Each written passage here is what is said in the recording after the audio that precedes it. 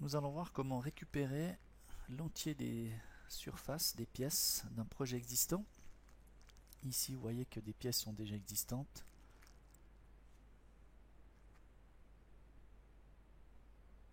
Donc dans Drofus, on va déjà se connecter tout d'abord sur le projet avec notre nom d'identifiant, mot de passe et bien entendu se connecter à la bonne base de données.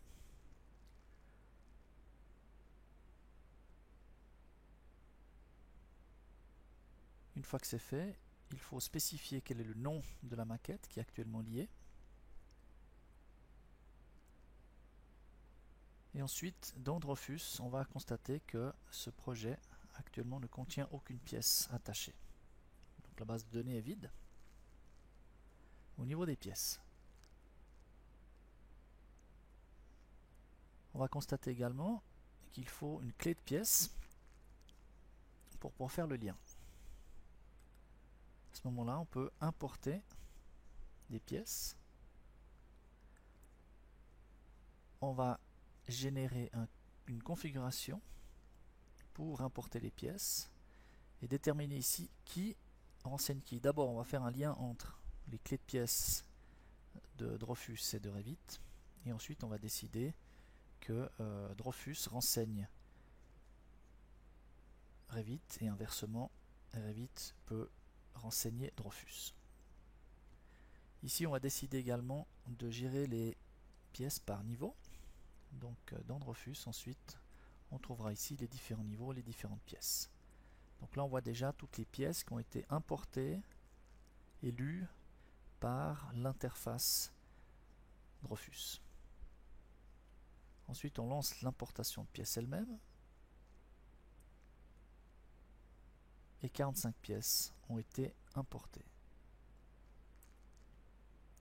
Lorsqu'on resélectionne une pièce dans Revit, on va voir maintenant les champs qui ont été liés, et notamment deux groupes qui ont deux paramètres qui sont venus depuis Drofus, qui sont la SIA 416 et la DIN 277, et on voit ici un numéro d'identifiant de pièces qui est venu par Drofus. Quand on va maintenant dans l'application elle-même, on voit ici les différents étages qui ont été créés, et dans ces étages on retrouve toutes les pièces héritées du modèle Revit.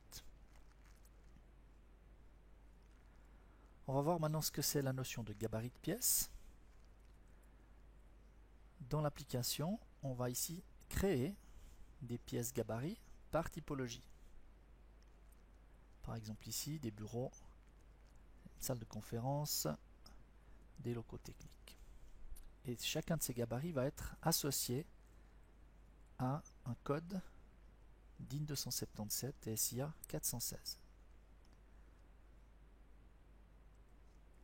Une fois que les gabarits sont créés, on peut donc associer les pièces héritées de la maquette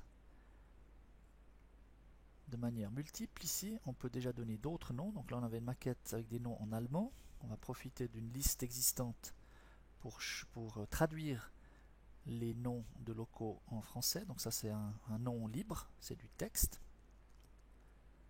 qui va bien entendu être après poussé dans Revit. Et ensuite, ici, on va faire le lien entre les pièces et le gabarit en question. Ici, au niveau de l'ascenseur, on va chercher ici la typologie SIA DIN 277 et donc associer les gabarits aux différentes pièces. Ici, un bureau paysager.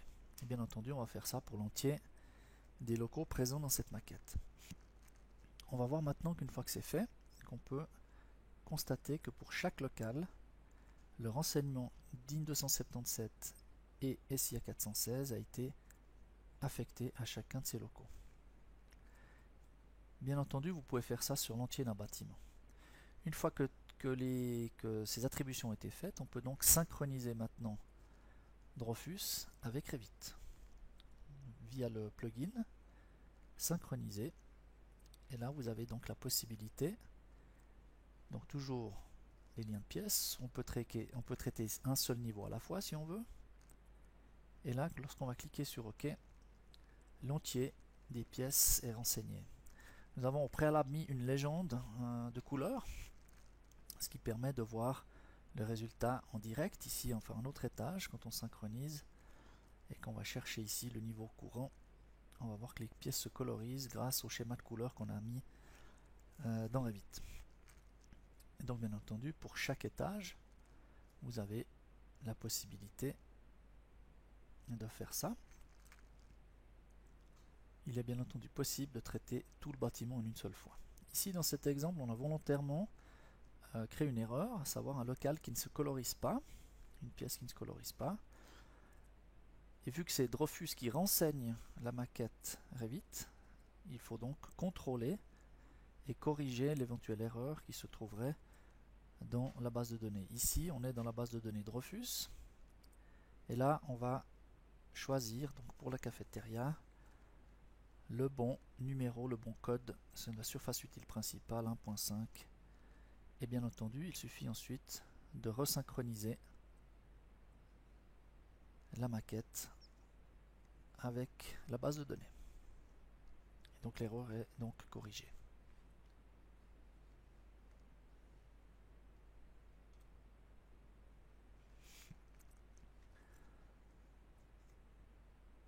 Voilà, on continue avec les autres étages. Et ainsi tout l'ensemble du projet est à jour. Ensuite, bien entendu, Drofus a hérité des mètres carrés, des pièces, et donc ici dans l'application, vous pouvez aller contrôler vos mètres carrés par typologie SIA 416 par exemple ici, ou par code DIN 277. Vous avez ici l'entier du résultat hérité de la maquette.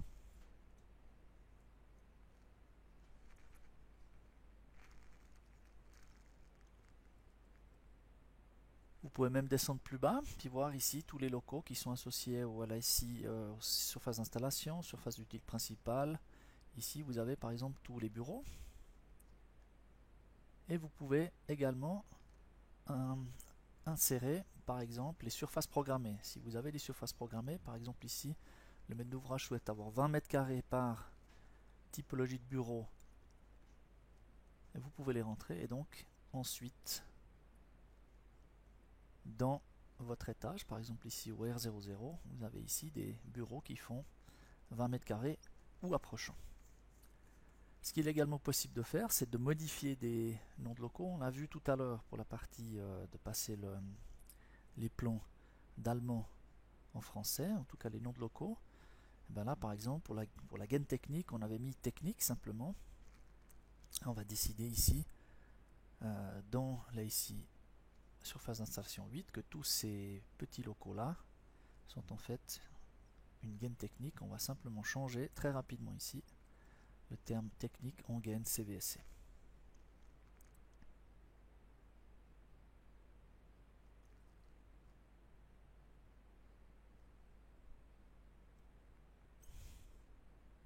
Il suffit donc bien entendu de synchroniser à nouveau tout le projet.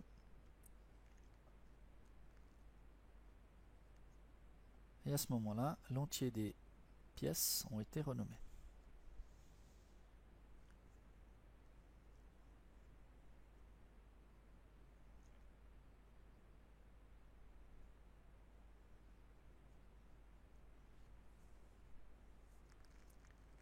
On va passer à la gestion des niveaux d'éclairement. Donc par le même principe, on va pouvoir associer une maquette à Drofus. Ici, Drofus permet de récupérer les pièces de la maquette archi. Ici par exemple les bureaux administratifs qu'on va utiliser tout à l'heure.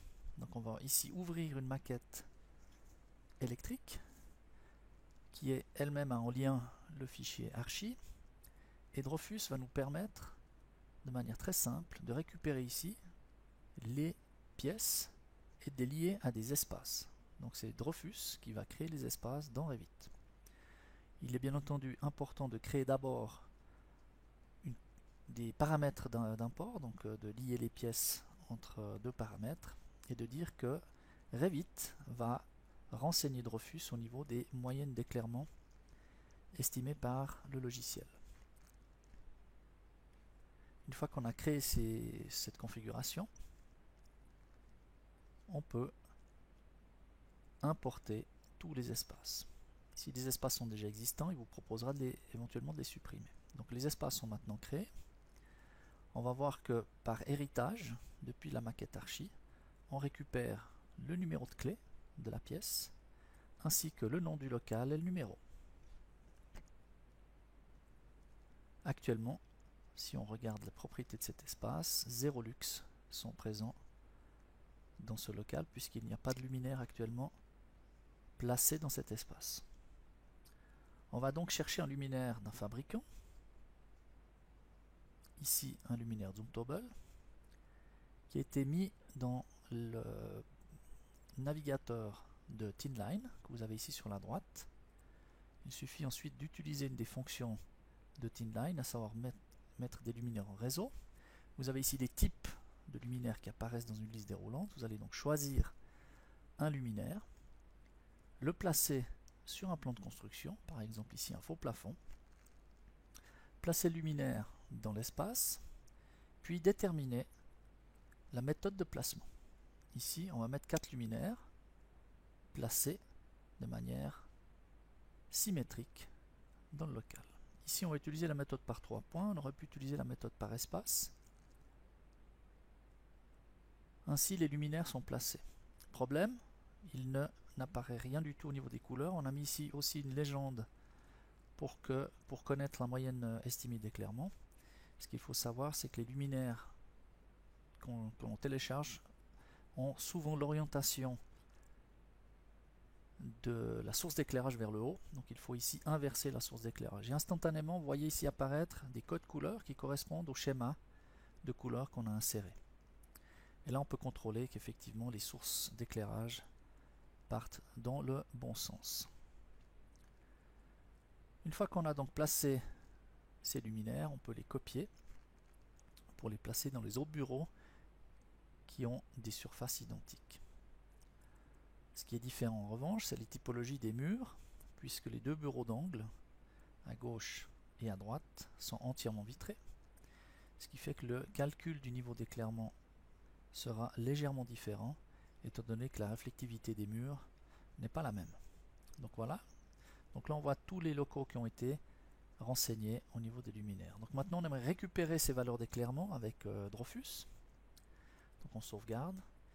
Et avec le plugin, on va pouvoir synchroniser la maquette ELEC avec la base de données.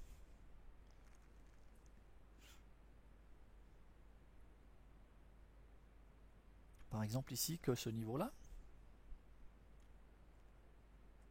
14 espaces mis à jour, et dans la base de données Drofus, on voit ici qu'au P01, nous avons nos bureaux administratifs qui ont effectivement des valeurs ici de calcul qui viennent de Revit. Et dans la colonne d'à côté, vous avez le niveau d'éclairement requis par le maître d'ouvrage, à savoir 500 lux. Donc on peut estimer ici que ces locaux sont conformes à ce qu'on attendait. Merci de votre attention.